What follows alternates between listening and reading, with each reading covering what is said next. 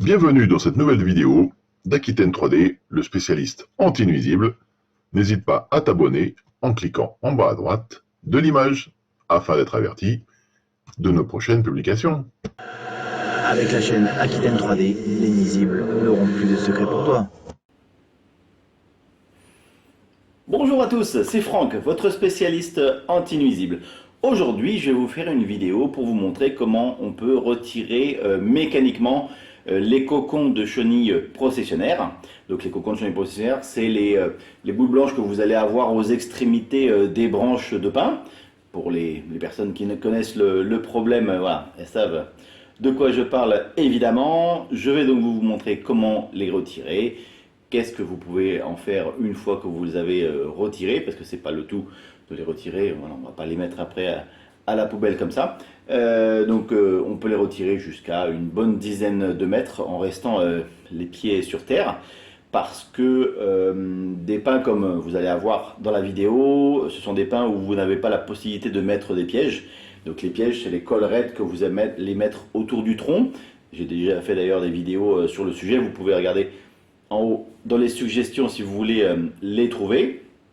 Et donc je vais vous montrer tout ça sur ces pins en question. Il n'y en avait pas énormément sur cette intervention, mais effectivement, malgré les 3 pins qu'il y avait, il n'y avait aucune possibilité de mettre des pièges pour que ce soit efficace. Bon allez, je vous montre tout ça en images.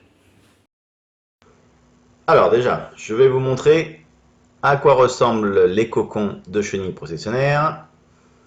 Et après, je vous montre pourquoi là, il n'était pas possible de poser des pièges sur le tronc. Alors les cocons, là vous en avez voilà, 2 beaux que l'on aperçoit. Vous voyez, donc dans un coco comme ça, il peut y avoir plusieurs dizaines de chenilles processionnaires qui vont finir par descendre à partir de février-avril. Mais là, on est en début janvier et on a déjà eu des descentes parce qu'il a fait assez beau. Donc quand les cocons sont très très blancs, c'est les cocons de cette année.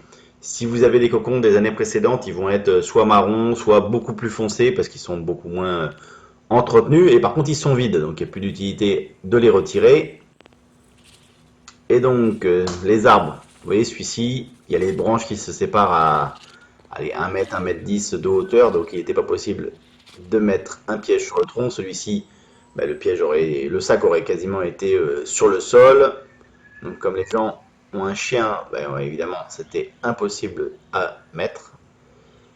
Pareil pour cet arbre, il aurait été à même pas 1 mètre du sol. Donc là, la seule solution, c'est de les retirer mécaniquement. Donc après, il faut les retirer mécaniquement tous les ans parce que bah, chaque année, il va y avoir des chenilles qui vont revenir.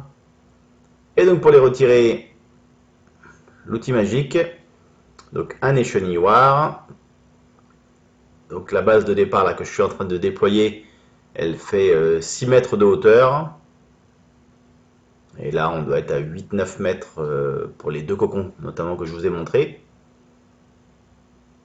Ouais, là, effectivement, il me manque un petit peu pour y arriver. Donc du coup, je vais aller chercher la rallonge et je vais mettre la caméra sur la perche, comme ça, vous serez au plus près. Voilà. J'ai repositionné la caméra sur la perche. Ça fait un peu comme quand on traite un nid de frelon en fait, sauf que c'est une perche qui est différente parce qu'au bout il y a un échenilloir, c'est comme un sécateur hein, que l'on manipule avec la corde qui va jusqu'au sol. Donc là on le positionne parce qu'en fait il faut savoir que là déjà 6 mètres, ça fait même pas 2 kilos, mais une perche de 6 mètres, voilà, il faut quand même bien la tenir à la verticale. Là je vais positionner la seconde rallonge qui va me permettre d'arriver à 9 mètres. Et au cas où, là j'en ai pas besoin aujourd'hui, mais j'ai une autre rallonge encore de 3 mètres.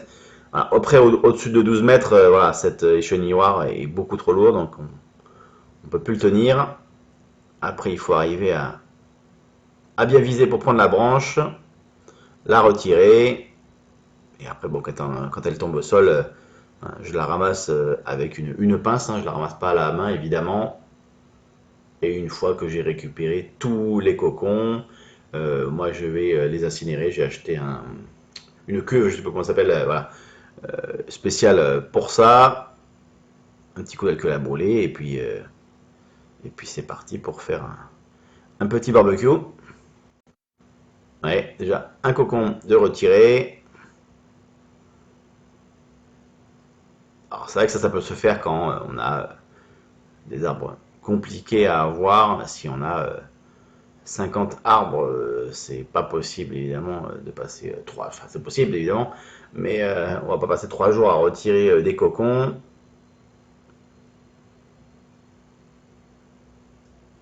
Alors attendez, je vais redescendre la perche, comme ça je vais retirer la caméra pour pouvoir aller de l'autre côté de l'arbre pour retirer le reste des cocons.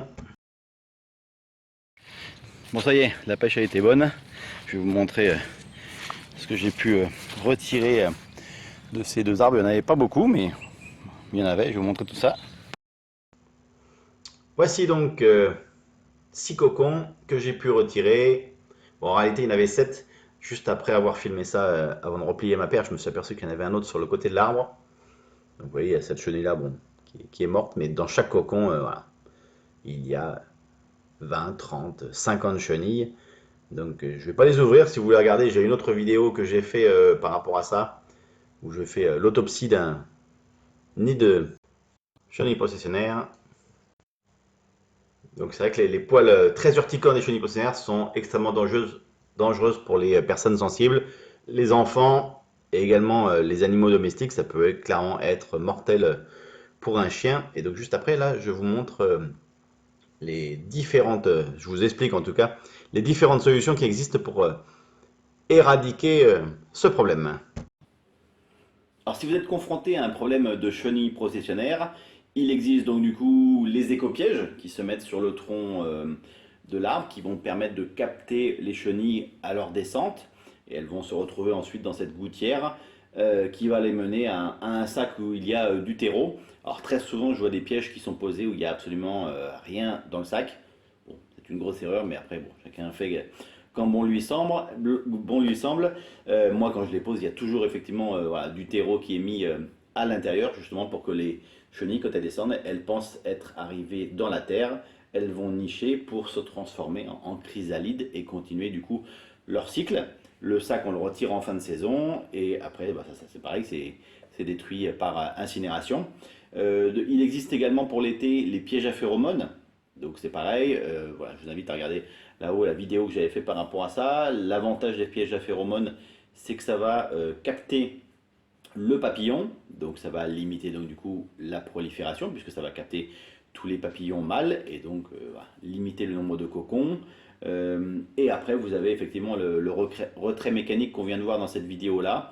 Suivant voilà, les cas de figure, des fois vous avez un tout petit pain où il y a 3-4 cocons. Donc dans ce cas-là, effectivement, il vaut mieux les retirer mécaniquement que de mettre un piège.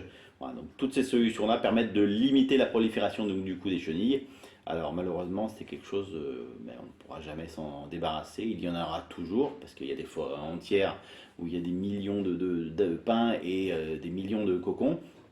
Donc il y aura toujours malheureusement une prolifération, mais ça permet de maîtriser le problème et de limiter en tout cas les accidents que cela peut provoquer.